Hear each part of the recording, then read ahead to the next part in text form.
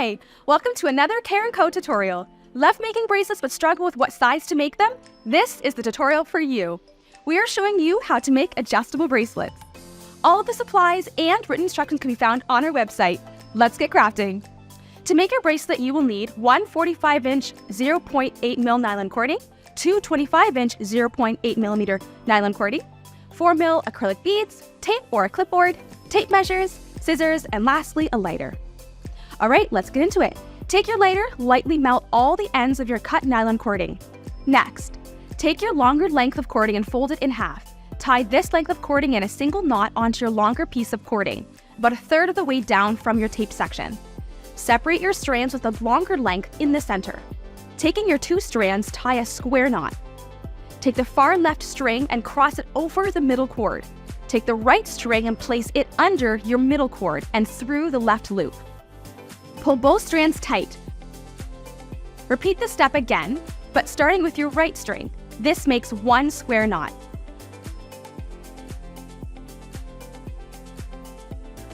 Repeat until you have 3 square knots in total.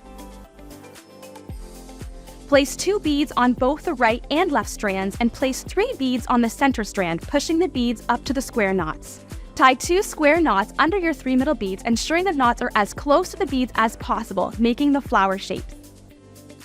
Repeat 6 times to make 7 flowers in a row. Tie a double knot with your left and right cords. Trim and lightly fuse them to prevent fraying. Overlap both ends by 5 inches to form a circle. Take your unused long length of cording and tie a double knot around the overlapped ends of your bracelet, ensuring the ends of your new cords are the same length. Make 6 square knots over your 2 overlapped ends of the bracelet.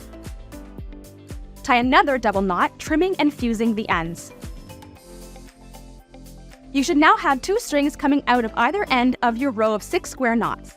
Thread a bead onto one of your strings and tie a knot at the end of the cord. Push the bead up to the knot and tie another knot under the bead. Repeat this on the other string. Try the bracelet on and adjust the placements of the knots if you desire. Trim and fuse the ends. There's so many gorgeous variations you can make with this exact tutorial. If you've enjoyed this video, make sure you subscribe to our YouTube channel for more video tutorials just like this. Happy crafting!